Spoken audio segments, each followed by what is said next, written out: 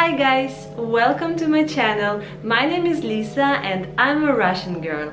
I was born in 1992 in Vladivostok city. Today I'm going to share with you recipe of Russian borscht. This recipe is a proper recipe. I learned that recipe when I was just 10 years old. I think the knowledge of borscht, it should be somewhere in the DNA of Russian people, because you gotta know how to do borscht if you're Russian. So look here guys, these are all ingredients that I'm going to use. The first one is meat. I think it's beef and it has a lot of bones inside this. So you know that it's very healthy when you cook meat with bones because it has collagen, so it's very good for your health. Next one is beetroot. It's very important because that's why the borscht will be red, because of the beetroot. And then one cabbage. I'm going to use just half of the cabbage. And then 3 potatoes, 1 carrot, 1 onion, and then how do you call that? I don't know, but I think it's called bay leaves. And then of course some salt, black pepper, and another ingredient that make borscht red, it's ketchup or tomato paste. Additional ingredient I have, it's baked beans, but it's not necessary to put them. The first step is to pour 2 liters of water and add some salt and then add meat. When I will cook my meat, I'm going to prepare other vegetables. I don't need to look at any recipe or any timer because I cooked that recipe for so many times, so I already feel when my borscht is ready and what's going on.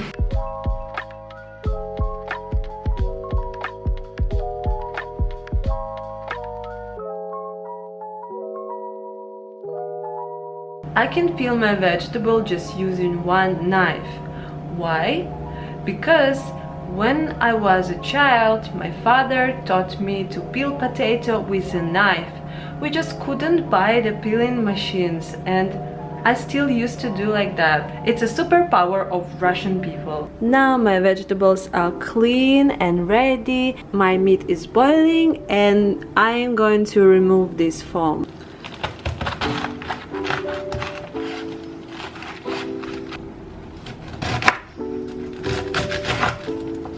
So it looks like this. I'm going to use just a half of cabbage because for this portion, for this pot, it will be enough. I don't want to make my borscht too thick. And my meat is boiling for about 30 minutes already, so it's time to add cabbage here. There are different recipes of borscht with different sequences of vegetables, and my sequence is that first meat and then cabbage and then potato, and after that frying part of beetroot, carrot and onion.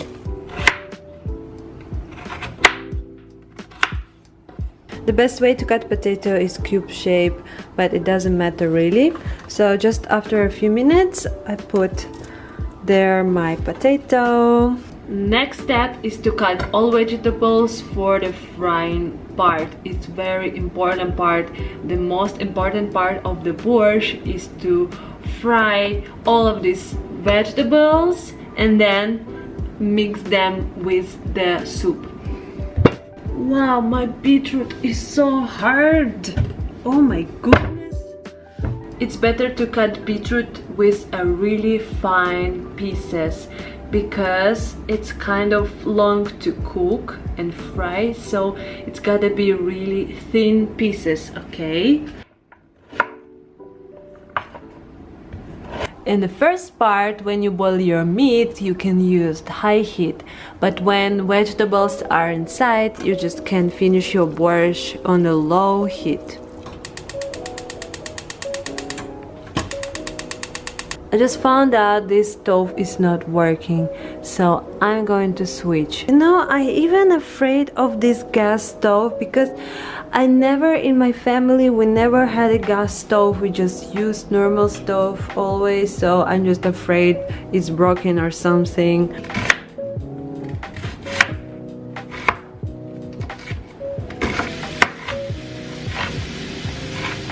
The pieces are the smallest you can do, and the carrots is kind of this shape.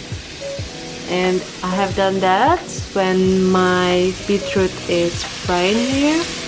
It's looking good. I just will give it maybe a few more minutes and we'll add my onion and carrot here. I think the whole recipe is going to take about an hour. But if you spend just an hour, then later you can eat this borscht for a few days. I fried my beetroot for 5 minutes and it's time to add onion and carrot here.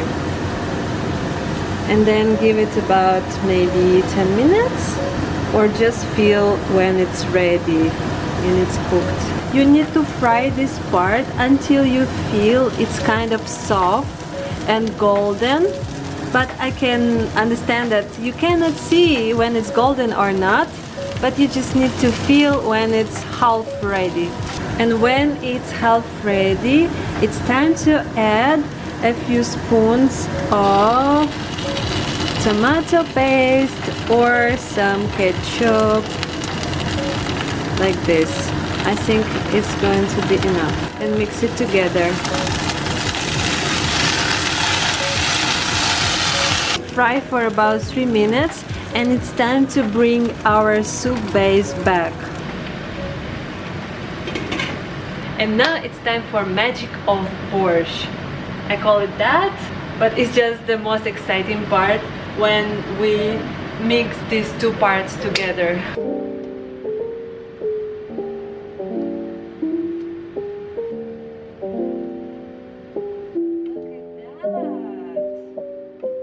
It's time to try our borscht and feel if it needs some more salt, and I will add bay leaves and black pepper. Yeah, it definitely needs some salt.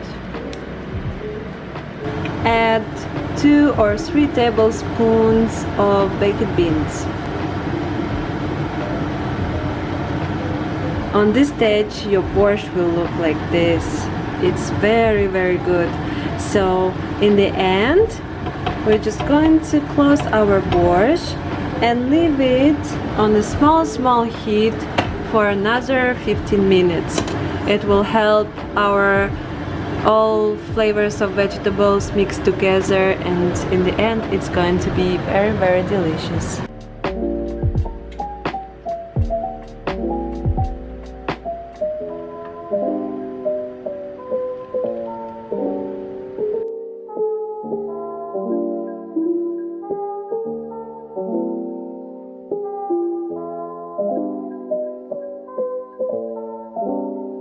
We never really cook borscht just for one meal. We usually cook borscht to eat it for the whole week. And the life hack is that borscht is going to be even better for the next day. So it's okay to put it in the fridge for the night, and tomorrow it's going to be more delicious. I don't know how, but it's true. So let's try. I'm not yet a babushka because babushka's borscht is the best one, but I think the result is very good. So I love that. I will enjoy my borscht now, and if you have another questions about Russia or another Russian recipes, leave me comments down below, and thank you so much for watching, and see you in the next one. Bye bye.